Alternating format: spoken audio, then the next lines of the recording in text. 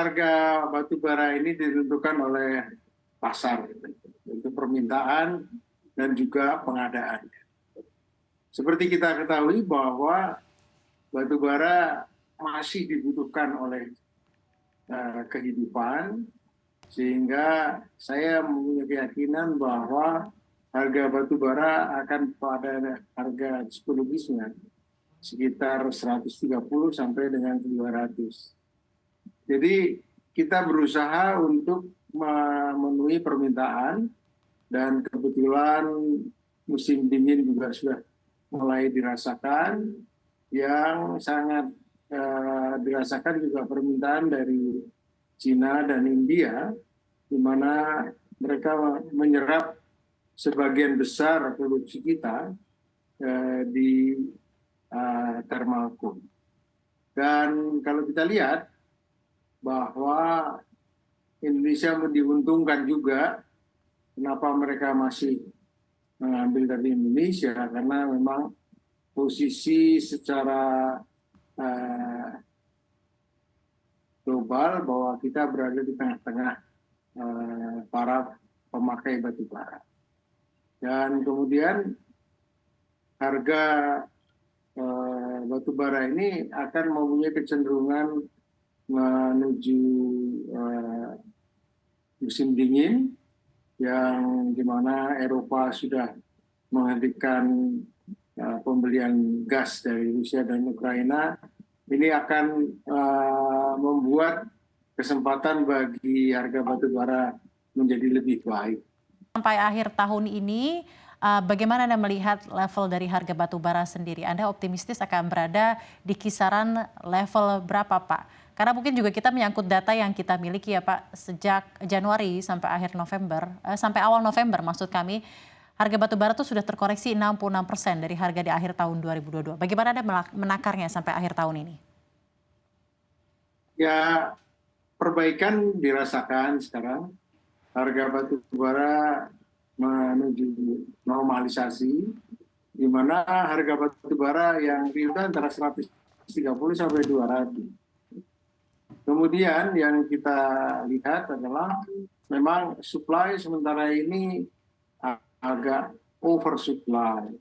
Tetapi kalau kita lihat faktor lain kenapa Indonesia mempunyai kesempatan naik harganya, karena dia masih mempunyai diferensiasi dari transportasi, ongkosnya sangat berbeda.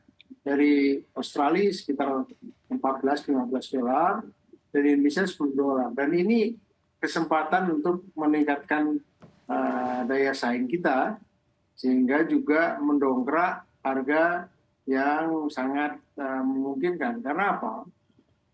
Transisi energi sementara ini belum dirasakan berhasil, karena penelitian dari MIT bahwa 97% keberhasilan energi fosil belum bisa digantikan oleh energi baru terbarukan. Sejak Al Gore mengumumkan kita menuju energi bersih, belum berhasil meningkatkan, baru mengurangi sekitar 3%. Jadi batu bara masih punya kesempatan untuk digunakan, terutama dari Eropa juga sudah mencopot wind energinya, Jerman, kemudian dari Kanada juga ada wind energinya juga tidak ekonomis seperti yang diceritakan. Maka alternatifnya masih orang mencari energi murah, dan energi murah itu hanya ada di batubara Indonesia, di mana kadar impuritisnya juga sulfurnya rendah, kemudian esnya juga rendah dibanding dengan dari negara-negara lain. Dan ini mengurangi beban penanganan lingkungannya, dengan harapan bahwa kita juga mencoba untuk mengurangi beban lingkungannya.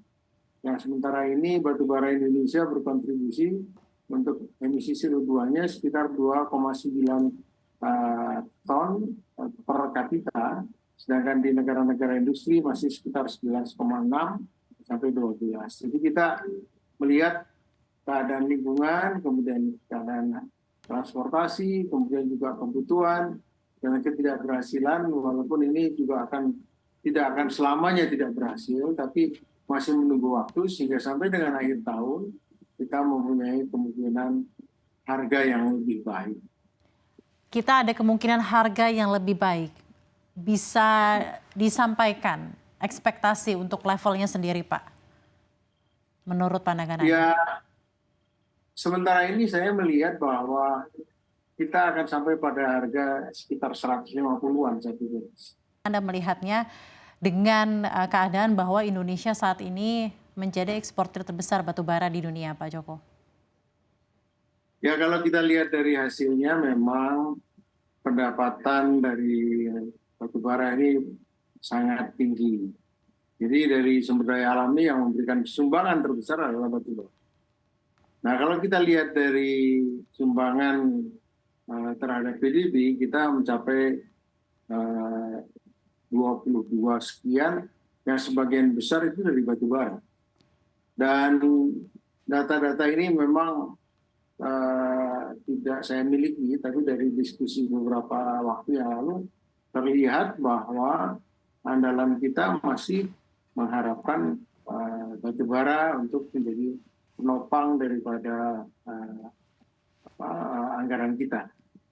Nah, dari sisi lain memang kita ditekan beramai-ramai oleh dunia untuk mencepat phasing out dari batu bara dan sebagainya.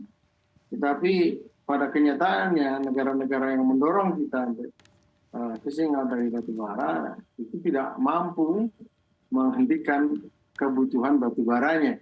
Ini adalah sangat ironis, sehingga kita berkeyakinan orang masih membutuhkan batu bara sampai dengan betul-betul terjadi transisi energi yang optimal. Dan mungkin itu juga akan memakan waktu yang cukup lama ya Pak Joko dalam hal ini.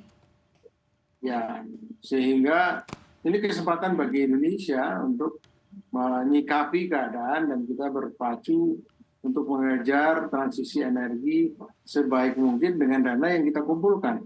Baik. Dan tentunya kita harus sangat berhati-hati dalam memilih teknologi, karena pada dasarnya akhirnya teknologi yang akan menjajah kita. Dan sementara ini kita terbebaskan dari energi fosil yang kita miliki dan kita melimpah ruah. Kalau kita masih mau membangun republik, ya carilah alternatif energi murah, tapi dibersihkan dulu, gitu ya. Baik. Sehingga kita bisa terima secara internasional.